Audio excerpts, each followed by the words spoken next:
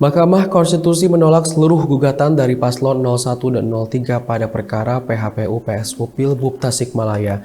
Hakim menilai gugatan dari kedua paslon tidak dapat dibuktikan.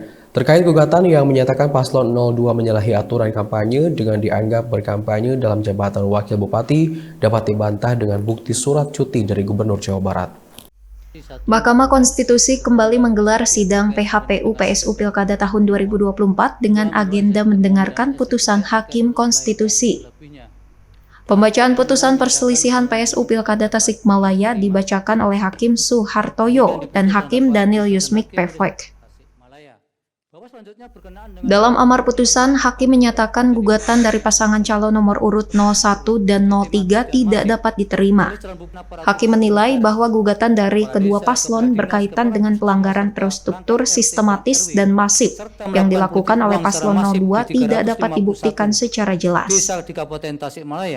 Terkait gugatan yang menyatakan paslon 02 menyalahi aturan kampanye dengan dianggap berkampanye dalam jabatan wakil bupati, dapat dibantah dengan bukti surat cuti dari Gubernur Jawa Barat. Sebagai berikut.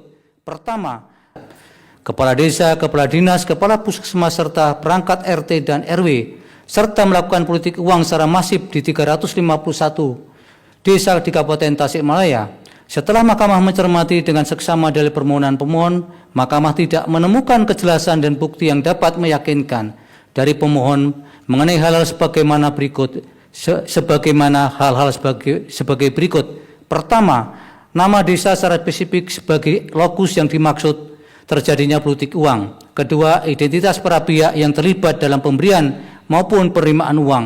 Ketiga, jumlah uang yang diberikan dalam rangka memengaruhi pemilih. Dan keempat, bukti transaksi pemberian uang, dokumentasi yang relevan yang mendukung dalil tersebut dan seterusnya dianggap diucapkan.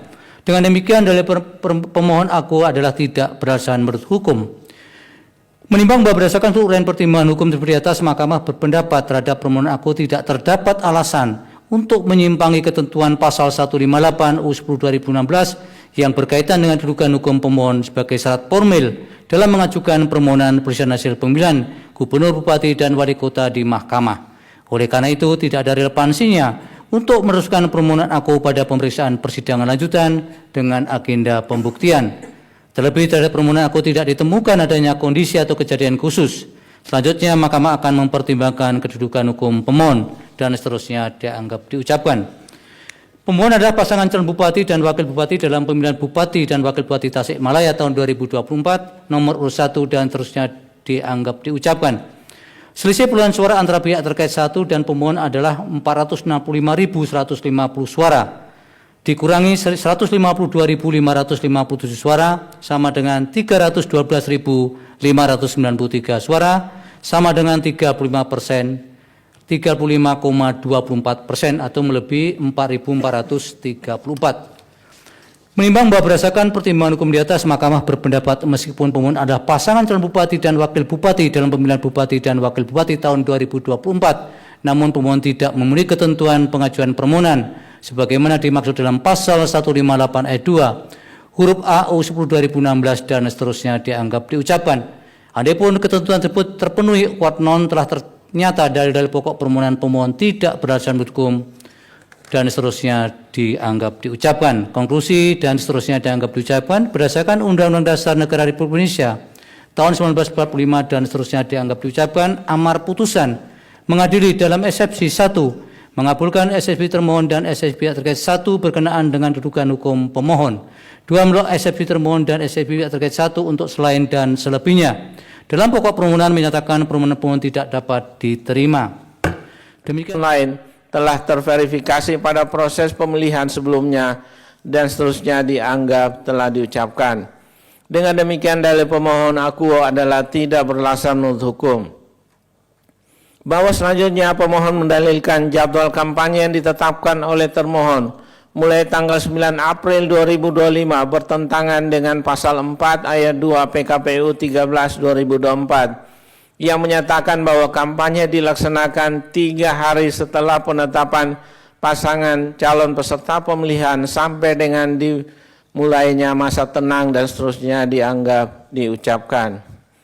Menurut Mahkamah, durasi pelaksanaan kampanye selama 7 hari tersebut telah cukup untuk mengakomodir perintah Mahkamah untuk melaksanakan 1 kali kampanye atau debat terbuka bagi pasangan calon.